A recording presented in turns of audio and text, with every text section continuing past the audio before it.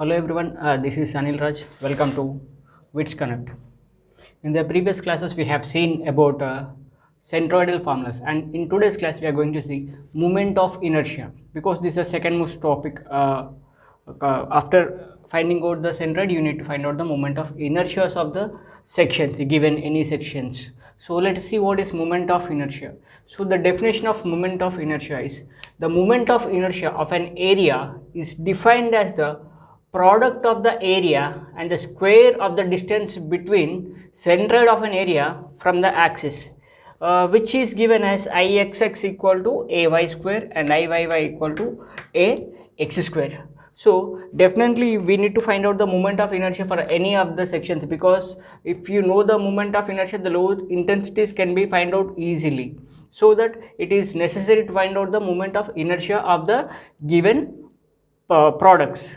Now let's find the one more definition is radius of gyration. What is radius of gyration? Radius of gyration of an area about any given axis defined as the distance which, when the square is multiplied by the area, which gives the moment of inertia. For example, I will tell you here, I equal to a square ak square. This is the formula where I is the moment of inertia, a is the area, k is the radius of gyration. From this I need to calculate the radius of gyration. I need to calculate a. Therefore from this, k equal to I by a. So k square, no? K will come to this side, so k is nothing but root of I by a. So like this we are going to calculate the formulas, and let us see some of the basic formula for moment of inertias so that you can solve the problems easily. Now let us see some of the standard cases for the moment of inertia. So just now we have seen the formulas. Now let us see some of the basic formulas and standard cases. So first one is square. For square, what is x? Actually we have to divide the section into two parts, that is ixx and iyy. Our intention is to we have to find out the moment of inertia about xx as well as yy. Therefore here I am writing ixx equal to, for this figure ixx is equal to about this xx, a to the power of 4 by 12, a to the power of 4 by 12. And similarly if you write for the iyy is also a to the power of 4 by 12. So we have written ixx as well as iyy. Next we need to find out about the base. About the base also we need to find out, that is iaa, that is a to the power of 4 by 3, a to the power of 4 by 3.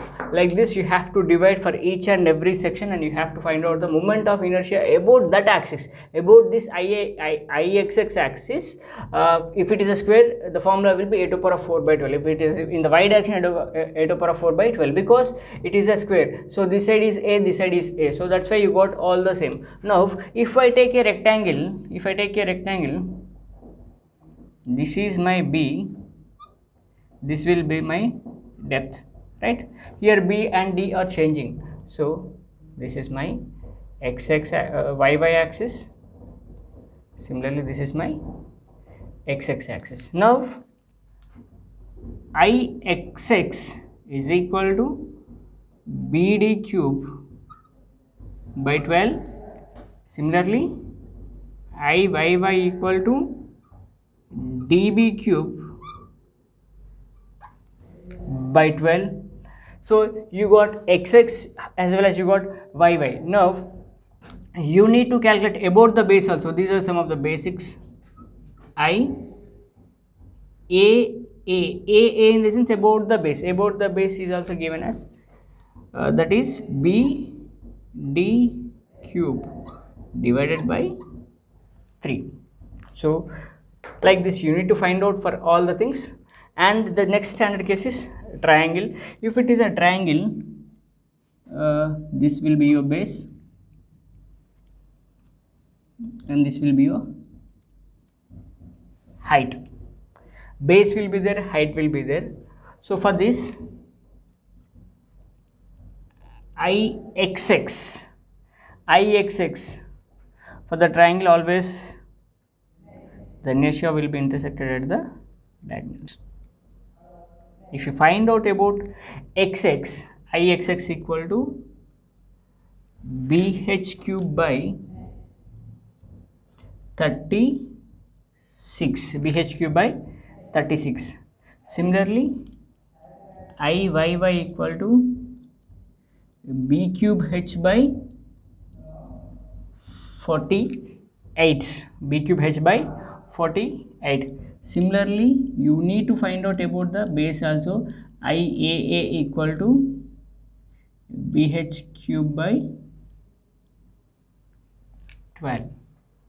So these are the formulas which are coming, and now let us go for the next one is circular section. For the circular section, if I divide this x-axis or if I divide this into y-axis, both the axes are same because it's a circular section.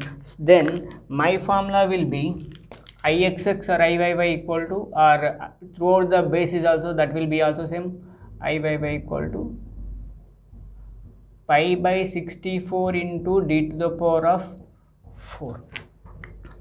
So a lot of people are getting confused in writing out moment of inertia and area formulas. Area will be pi by 4 into d square, but moment of inertia will be pi by 64 into d to the power of 4. Please remember that. And now let's find out for hollow circular sections. If it is a hollow circular section, hollow rectangular section. So this is xx, this is yy. Now let us see Ixx. So Ixx is nothing but this is also similar to this, but here it is this outer will be capital, this will be b, this will be d, inner will be small, this will be b, this will be d, right? Now our formula will be similar to of this, that will be capital BD cube minus small bd cube divided by 12. So this is BD cube by 12 now, this is also similar, but capital BD cube minus small bd cube. If I go for Iyy, db cube by 12 now, here also capital db cube minus small db cube divided by 12.